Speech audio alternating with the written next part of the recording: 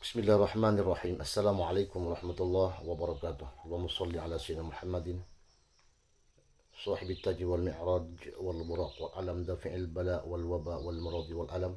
Jismuhu tahirun mutahharun mu'athirun munawwarun manismuhu maktubun marfu'un mawdu'un ala lawhi wal qalam syamsid duha batit tujan lil huda misbahid dalam. Abil qasim sayyidil kaunain musyafis taqalin sayyidina Muhammadin sallallahu alaihi wasallam sayyidil arabi wal ajam. Nabil Haramin Mahbubin Indal Masjid wal Maghribain. Alhamdulillah, di kesempatan di pagi hari ini Allah Subhanahu wa taala masih memberikan kesehatan serta kekuatan kepada saya, dan harapan saya semoga Allah Subhanahu wa taala juga memberikan kesehatan dan kekuatan serta yang sakit semoga cepat sembuh dan segala hajat-hajatnya Allah kabulkan, amin ya rabbal alamin. Mari sahabatku, kita tonton video dari Gus Wafi yang sangat luar biasa kecerdasannya dan kealimannya.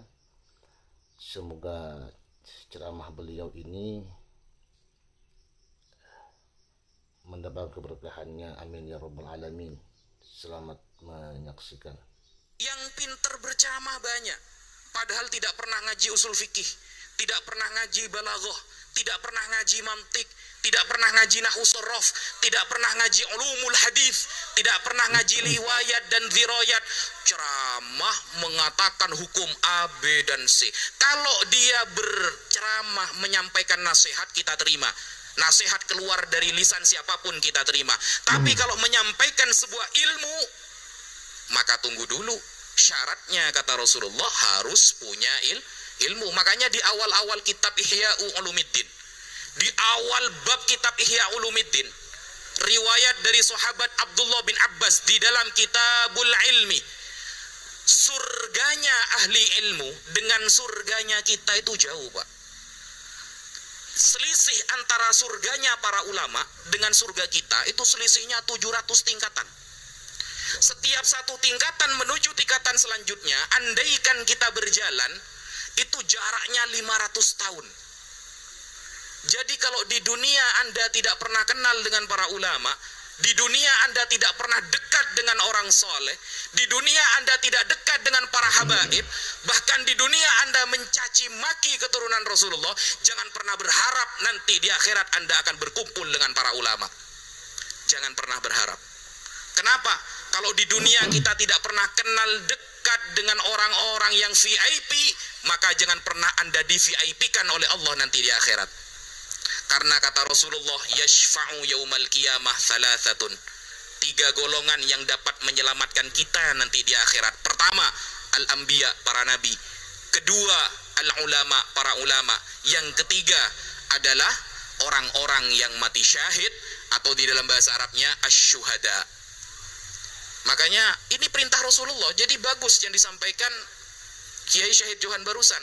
Rasulullah secara tegas dalam hadis sahih mengatakan jahidul kuffara wal musyrikin. Pertama, bi alsinatikum.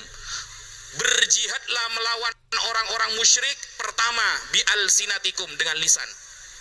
Ini disampaikan oleh para ulama, para ustadz. Sampaikan dengan lisan. Yang kedua, bi amwalikum. Nah, ini yang nyalon Pak Gubernur, bi amwalikum. Karena punya amwal, punya harta. Kalau biaya menghancurkan satu kemusyrikan butuh 1 M, dibayar demi Allah menjaga kota Purwakarta. Atau terakhir, bi anfusikum, kata Rasulullah. Perangilah, berjihadlah melawan orang-orang musyrik bi anfusikum, dengan jiwa raga kalian. Jadi kita yang ada di Purwakarta tidak usah bertengkar sesama umat Islam, apalagi sampai terjadi pertengkaran yang tidak ada gunanya. Tidak usah. Kalau memang merasa berani, datang ke Palestina. Ya, kalau memang berani datang ke Palestina, sekarang perang di sana itu. Jadi tidak usahlah kita di sini kayak kadang ada perkumpulan ya, sudah kumpulannya kemaksiatan, pakai sabu, minum khamr, pulangnya tawuran lagi, mati ketemunya sama malaikat Malik, Pak. Bukan malaikat Ridwan kalau sudah seperti itu. Jadi kalau kita memang ingin kota Purwakarta ini dijaga oleh Allah, maka para ulama dengan pemerintah harus bersatu. Dan panjenengan semua, Anda semua harus menjaga dari kemaksiatan-kemaksiatan yang merajalela. Kalau ada temannya melakukan kemaksiatan, selagi bisa amar ma'ruf, sampaikan. Kenapa? Karena kata Allah di dalam Al-Quran, wa'adallahu alladhina amanu minkum wa amilus solihati la yastakhlifannahum fil ard. Allah berjanji, ini janji Allah ini. Allah berjanji, kalau kalian beramal soleh, kalian beriman, akan diberikan kekuasaan untuk kalian di bumi. Diberikan kekuasaan, syaratnya beriman. Makanya kalau ada sekarang orang bilang imigran, nah ini ya, ada orang sekarang mengaku-ngaku pribumi, imigran Yaman katanya. Banyak sekarang itu yang benci kepada Yaman, betul tidak? Banyak orang sekarang itu yang menarasikan imigran Yaman, ada tidak? Ada tidak orang sekarang yang mulai menarasikan seolah benci kepada bangsa Arab, ada tidak? Ada. Padahal Rasulullah berdoa, Allahumma barik lana fi syamina, Allahumma barik lana fi yamanina. Ya Allah, berkahilah tanah Syam kami, salah satunya Palestina yang didoakan oleh Rasulullah. Yang kedua, berkahilah tanah Yaman kami, dapat doa dari Rasulullah. Sekarang mulai ada orang-orang yang menarasikan benci kepada negara Yaman. Dan mereka mengaku-ngaku paling pribumi, paling Indonesia. Padahal Allah mengatakan dengan tegas di dalam Al-Quran, walaqad katabna fiz zabur mim ba'di dzikr annal arda yarithuha ibadiyas salihun.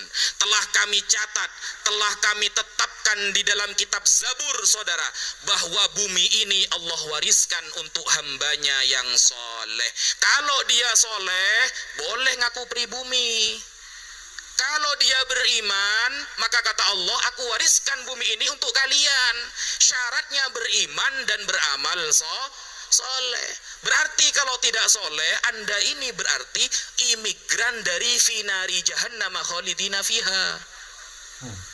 Karena Allah hanya menetapkan orang soleh. Dan terbukti kaum Nabi Musa alaihissalam, ketika Allah berikan tanah Palestina, tertulis di dalam surah Al-Maidah ayat ke-21. Ketika Nabi Musa mengatakan, ya qaumi dkhulul ardhal muqaddasata allati kataballahu lakum wa la tartaddu ala adbarikum fatanqalibu khasirin. Kata Nabi Musa, setelah Nabi Musa Allah selamatkan dari kejaran Fir'aun, Nabi Musa diperintahkan oleh Allah untuk menguasai Palestina yang Allah berikan kepada Nabi Musa dan kaumnya. Kenapa Allah menyuruh Nabi Musa untuk menguasai Palestina? Karena saat itu Palestina dikuasai kaum Amalikoh, keturunan dari kaum Ad yang mereka melakukan kezaliman di tanah Palestina. Maka Nabi Musa Allah perintahkan untuk membebaskan tanah Palestina. Lalu Nabi Musa mengatakan pada kaumnya, wahai kaumku, masuklah kalian kepada tanah yang telah Allah sucikan untuk kalian. Jangan kalian mundur. Kalau kalian mundur dari perang ini, maka kalian akan rugi. Ternyata apa? Kaum Nabi Musa mundur, saudara. Kaum Nabi Musa takut melawan kaum Amalikoh karena alasan mereka orangnya besar-besar, tangguh-tangguh dalam berperang. Kaum Nabi Musa mundur takut. Ketika kaum Nabi Musa takut melawan kaum Amalikoh, maka kata Allah, fa innaha muharramatun alaihim arba'ina sanah yatihuna fil ardi.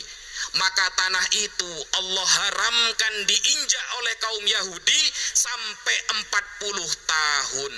Mereka bingung, tidak punya tempat di bumi. Bayangkan, kaum Nabi Musa yang jelas-jelas mendapatkan tanah Palestina, Allah haramkan menyentuh tanah Palestina sampai 40 tahun.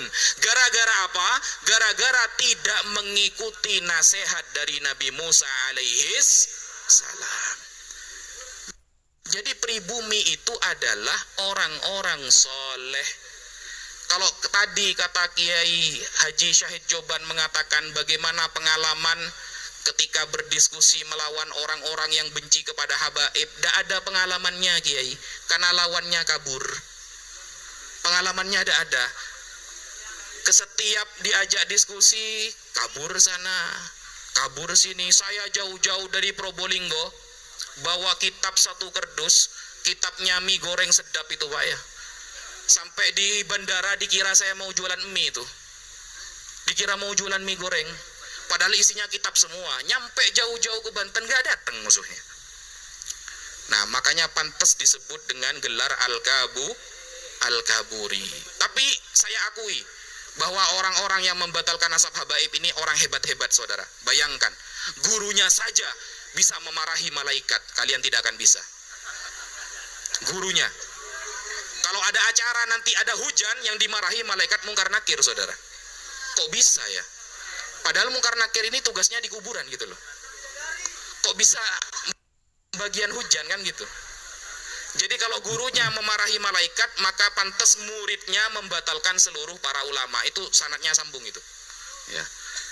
Jadi mereka keren-keren. Ada yang sedikit-sedikit mimpi Nabi Khidir katanya. Sedikit-sedikit ketemu Rasulullah. Kok bisa itu loh. Ketemu Nabi Khidir sama Rasulullah kayak teman WhatsApp gitu. Apakah mereka punya nomor WA-nya Nabi Khidir gitu? Nabi Musa saja ketemu Nabi Khidir itu majma'al bahraini au amdiyahu quba, jauh. Repot ketemu Nabi Khidir. Loh ini yang bagian batalkan nasab habaib ini, dikit-dikit mimpi Nabi. Ini Nabi Khidir orang Purwakarta mungkin ini kata saya.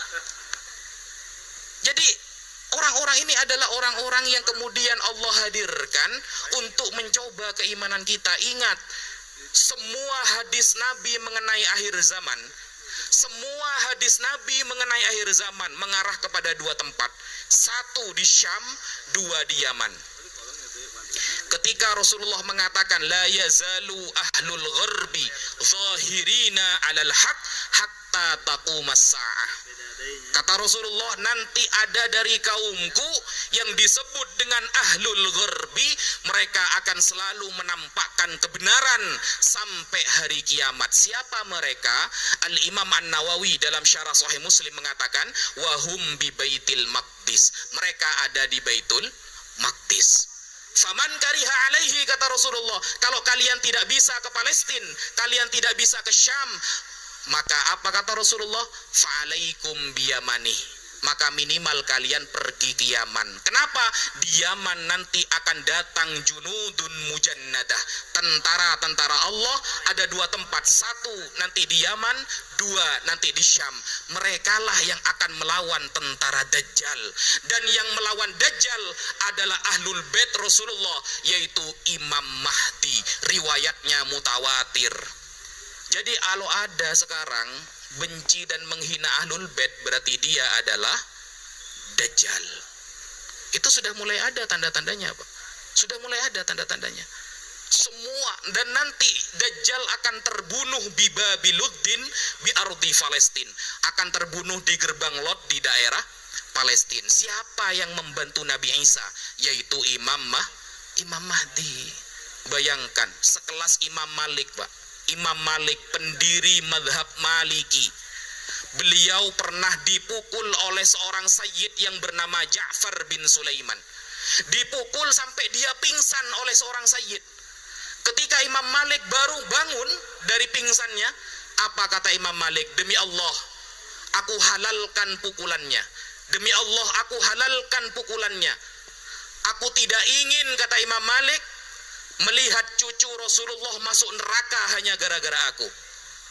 Padahal waktu itu santrinya Imam Malik gak terima. Orang-orang gak ada yang terima. Imam Malik, antum tidak salah. Meskipun dia sayyid, lawan Imam Malik. Apa kata Imam Malik? Demi Allah, aku tidak mau melihat cucu Rasulullah masuk neraka hanya gara-gara aku. Maka aku halalkan pukulannya Ja'far bin Sulaiman. Ketika kemudian kekhilafaan diganti kepada Khalifah Al-Mansur, Khalifah Al-Mansur membela Imam Malik untuk membalas dendam kepada Sayyid Ja'far bin Sulaiman. Apa kata Imam Malik? Demi Allah, aku telah menghalalkan semua yang dia lakukan kepadaku karena dia adalah cucu Rasulullah sallallahu alaihi wasallam. Imam Malik, Pak.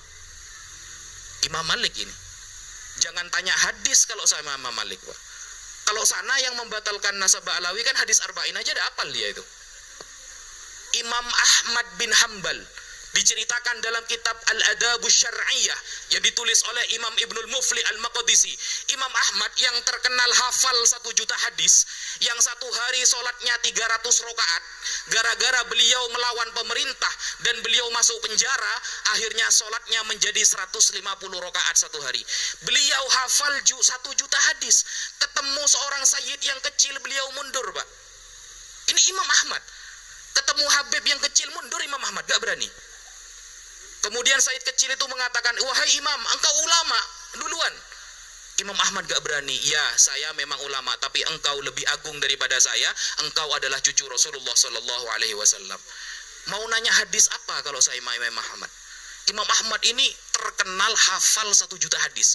Dan beliaulah yang mengatakan mujtahid minimal hafalan hadisnya 400.000 hadis. Jadi kalau ada sekarang orang yang diangkat menjadi mujaddid katanya, ya, katanya nih ya, dia adalah mujaddid zaman ini, pret. Mujaddid, iya, mujaddid fi ifsadiddin, iya. Makanya nama lengkapnya di belakang kasih Fakot Hadamaddin. Nah, mujaddid ngaku-ngaku keturunan Sultan Hasanuddin loh. Kalau keturunan Sultan Hasanuddin berarti keturunan Sayyidina Husain. Sayyidina Husain itu paling pantang mundur kalau ditantang, saudara. Sayyidina Husain itu paling pantang mundur 1 langkah kalau ditantang perang. Ngaku keturunan Sayyidina Husain, diajak diskusi takut. Ini Husain yang mana ini? Husain Purwakarta. Ya. Jadi kalau mengaku keturunan Sayyidina Husain harusnya berani. Perang saja berani, apalagi cuma ditantang diskusi.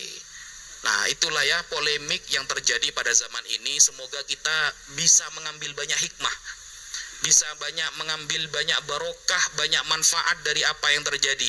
Mungkin sekarang para habaib dan ulama diadu domba. Jangan salahkan kalau kita terlambat.